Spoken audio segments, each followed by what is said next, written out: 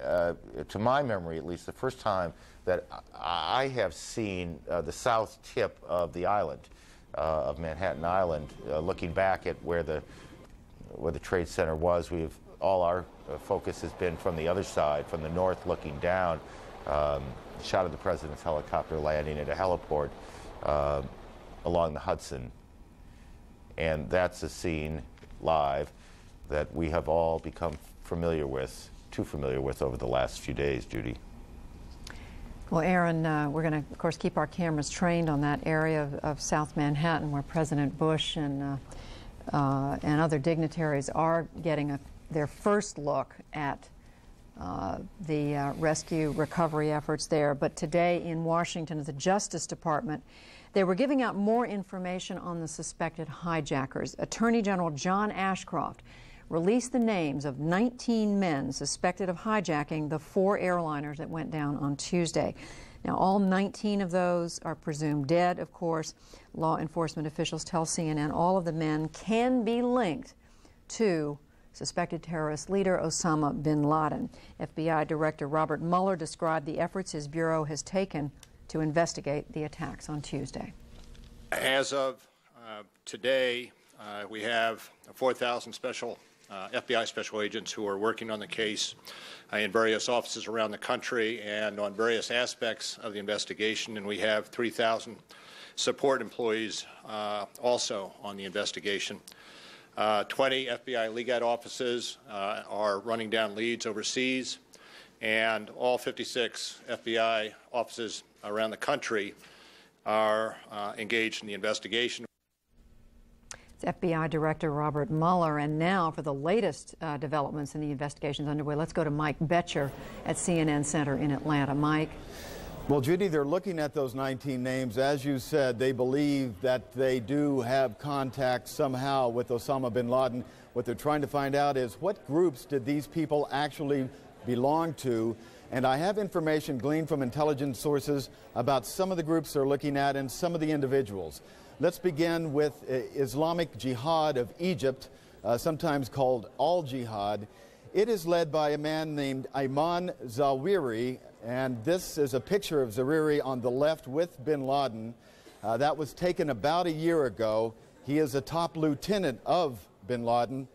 We have a fact sheet on this man. He goes either by Abu Fatma or Dr. Abdel Muiz. He's Egypt's most wanted man, widely regarded as military commander and chief strategist of the militant Islamic Jihad, or Al-Jihad. And he is the personal physician and close associate to Osama bin Laden.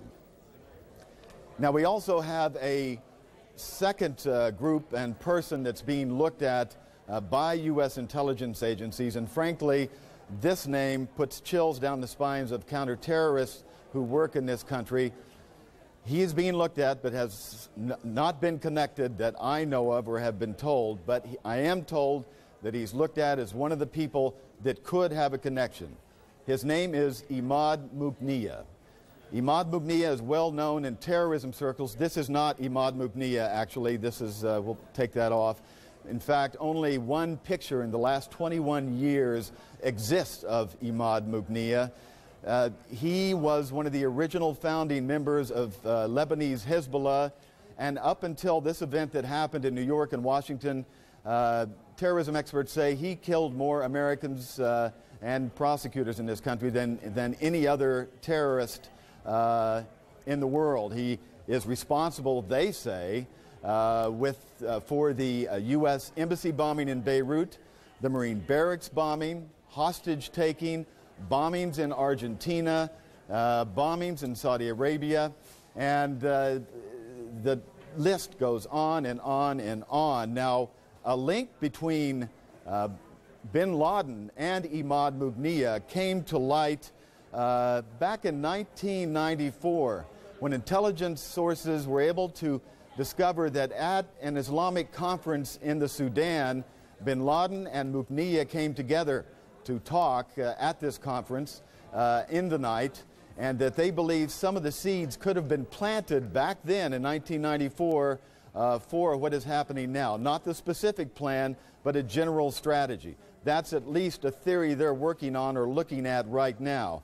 Now, more evidence of the bin Laden-Mugniya connection came from this man you saw earlier, Ali Muhammad, who was a U.S. Special Forces sergeant. Ali Muhammad was recruited by the Al-Qaeda organization, and he testified at the trial of terrorists who were convicted of conducting the Africa embassy bombings. Let's look at that testimony. I'll read it to you. He says, "I was aware of certain contacts between Al-Qaeda and Al-Jihad organization on one side and Iran and Hezbollah on the other side. I arranged security for a meeting in the Sudan between Mugniya, Hezbollah's chief, and bin Laden. Hezbollah provided explosives training for Al-Qaeda and Al-Jihad. Iran supplied Egyptian Jihad with weapons. Iran also used Hezbollah to supply explosives that were disguised to look like rocks." Now, this came in public testimony, and it relates to terrorist activities up to the African embassy bombings, but that is a public link by a former member of Al-Qaeda between Mugniya and Osama bin Laden. So that's something very important to keep an eye on if that pans out as a lead. I will tell you that I spent some time in Beirut this summer, talked to leaders of Hezbollah, because Hezbollah's name is brought up in that testimony. Hezbollah denies they have any intentions ever to attack the United States with any terrorism. They're very emphatic about that, and I want to make that point clear. That's what they say. But these various links are being looked at in the intelligence community, and there are a lot of links to look at, Judy. All right, Mike Boettcher in Atlanta watching all these investigative threads, and I would just, one question that immediately comes to my mind, but I'm not going to ask you this now, Mike, is how, if they're coming up with all this information now, after the fact, why weren't we knowing about it earlier? But we're going to be talking to someone in a moment who can perhaps help us answer that question. At the Pentagon, they're not only keeping an eye on the investigative aspects of this, they're of course also looking at what are the next steps militarily. And for both of those angles, let's turn to CNN's military affairs correspondent, Jamie McIntyre. Jamie?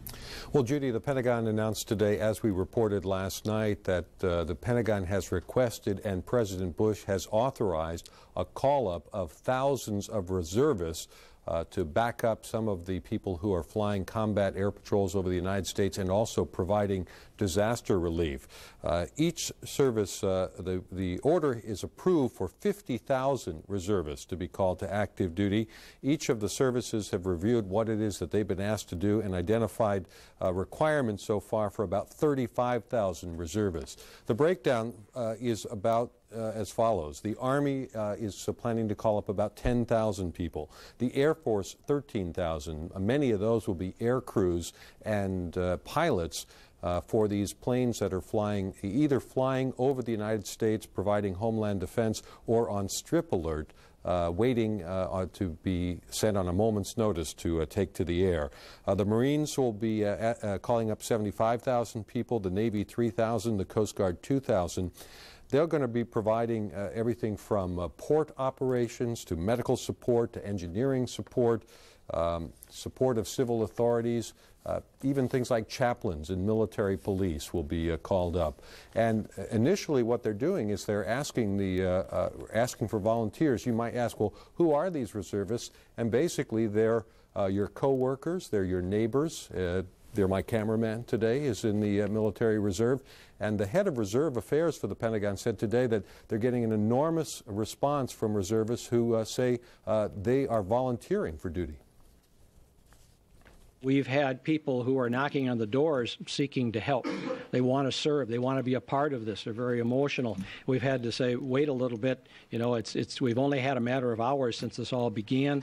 We're proceeding along our way, and now we have the authorization to bring those people on board. Now, the way the U.S. military is structured today, it can't launch any major military operation without the help of reservists. That's part of the plan. But this mobilization is really geared more toward, as I said, homeland defense, making sure the United States is protected from any future threats, and support of civil authorities who are engaged in disaster relief. If the United States moves ahead with military action against suspected terrorists, that will probably necessitate another call-up of reserves. Judy? All right, Jamie McIntyre at the Pentagon. And Jamie, as you've been talking, we've been looking on the right side of our screen at the president's motorcade in Lower Manhattan. These are live pictures of President Bush. We've been reporting to you about his activities there as his helicopter landed at the southern tip of Manhattan, and he has been taking a close look at the recovery and rescue efforts underway there in the vicinity of the World Trade Center. But we're just beginning to get a sense of, you know, the enormity. In fact, none of us, you've been talking about this all day long, Aaron in New York and my colleagues, just beginning to get a sense of the enormity of the devastation there in New York City. While we're looking at this, we want to have joining us someone who has been very involved at the Pentagon. Formerly, she was the Deputy Chief of Army Intelligence. She is retired Army General Claudia Kennedy. And General Kennedy, I'm going to pose to you the question that I halfway posed to our correspondent Mike Boettcher a minute ago. If we're getting so much information so quickly now about these suspected terrorists, why didn't we have it before? Judy, I think that part of the answer lies in the way we've been looking at the terrorist problem. Is it a criminal issue or is it a military threat? And when you handle it as a criminal issue, then what we do is we take a look at it through the FBI, we gather evidence, we try to build an airtight case for court. But when you look at it as a military threat, you look at it for early warning of impending attack, and you try to destroy it before it comes at you. You're saying the threshold is lower. Is that it? Well, the threshold is lower for action if you handle it as a military threat. But what I'm saying here is that some time ago, I think we went in one direction, and that is to look at it as a criminal issue. We wanted to make sure we could bring these people to justice through the court system. And I think what's happened is the world has changed, and our approach probably at this point needs to be reviewed and say, do we still want to try to handle this primarily as a matter of law enforcement, or is it now really a military threat that the military needs to deal with? Well, just as an example, in the last few days, we've learned that that the whereabouts of Osama bin Laden, the United States has been looking at that for a number of years. There have been several instances in recent years where people had identified, authorities had identified his whereabouts, but nothing was done. There was a report yesterday in the Associated Press at the end of the Clinton administration. They had a lot of information, but they chose not to take military action. What would it take to change that approach, I guess is my question. Well, my thought is, like a lot of Americans today, that what happened on the 11th of September has altered our viewpoint about what terrorism is, how devastating it can be, and it is probably the beginning of some thoughtful discussion about what it is we need to do in response to terrorism. I would say that we have got some superb people in the national security policy area and in operations, and we need to go ahead and take a hard look at this. And I am sure that the President and his team of advisors is taking a very hard look at this even now. And you believe we're up to the job? I absolutely know we are. All right, retired Army General Claudia Kennedy, formerly Deputy Chief of Army Intelligence. Thank you very much for being with us. Thank you, Judy. I appreciate it. And now back to Aaron in New York as we see these pictures of the recovery effort. It's a New York Fire Department tent in the foreground there, and somewhere in the background we suspect the President is, and we're certain we'll get better pictures of this when the pool is allowed to get its pictures out. It's a very small pool with the President. Quickly, we mentioned a minute ago that there was some effort to work through the PATH tunnel, the commuter train tunnel from New Jersey to the World Trade Center, in hopes that there were people still alive in the tunnel. Officials now say that is off. There is nothing to salvage. Correspondent Jeff Flock has been working the Midwest the last couple of days. He was in Wisconsin yesterday. He's in Dubuque, Iowa today, taking the pulse of the country from that vantage point, and he joins us now. Jeff. Indeed, Aaron, our cross-country tour continues. This is well, it's a window and door factory, Eagle Windows and Doors. Perhaps you've heard of them. This is one of the places, one of the countless places around the U.S. today that have been marking this day with moments of silence and other observances. And Darren, you were saying you don't want the president's job right now as we were watching